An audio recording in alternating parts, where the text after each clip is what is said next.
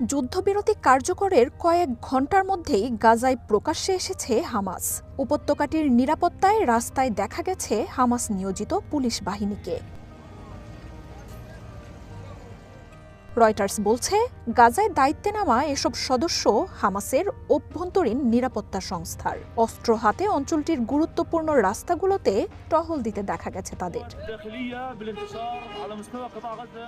দখলদার বাহিনীর নিয়ন্ত্রণে রাখা অঞ্চলগুলো ছাড়া গাজার বাকি সব এলাকায় স্বরাষ্ট্র দপ্তরের নিয়োগ সম্পন্ন হয়েছে। জনগণের নিরাপত্তায় জনবহুল জায়গাগুলোতে সবচেয়ে বেশি গুরুত্ব দেওয়া হচ্ছে, যেন মানুষ বুঝতে পারে আইন শৃঙ্খলা পরিস্থিতি ঠিক আছে। কেউই যেন আইনের ঊর্ধ্বে উঠতে না পারে তা নিশ্চিত করব আমরা। আন্তর্জাতিক গণমাধ্যমগুলো জানাচ্ছে, গাজায় এখনও হামাসের শাসনই যে অব্যাহত সেই বার্তাই দিতে চাইছে সংগঠনটি।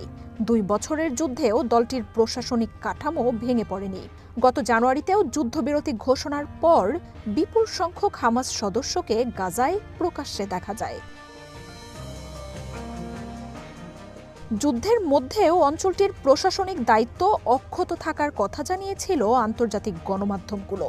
এমনকি গোপনে হামাস কর্মীদের বেতনও পৌঁছে দেয়া হতো।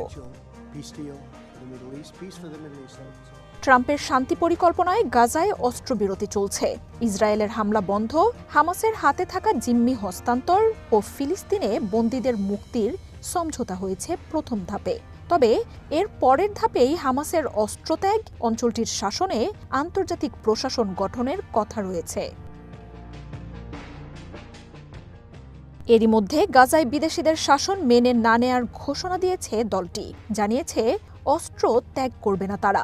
বিপরীতে শান্তি প্রস্তাব মতো হামাস অস্ত্র ত্যাগ না করলে আবারও যুদ্ধের হুঁশিয়ারি দিয়েছেন নেতানিয়াহু। ধ্বংসস্তূপে পরিণত হওয়া গাজায় ফেরত আসছেন লক্ষ লক্ষ উদ্বাস্তু।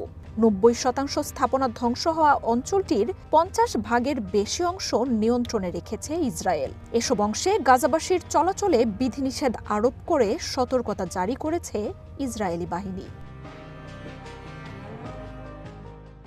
মার্জিয়া উপমা, ওয়ান ইন্টারন্যাশনাল ডেস্ক।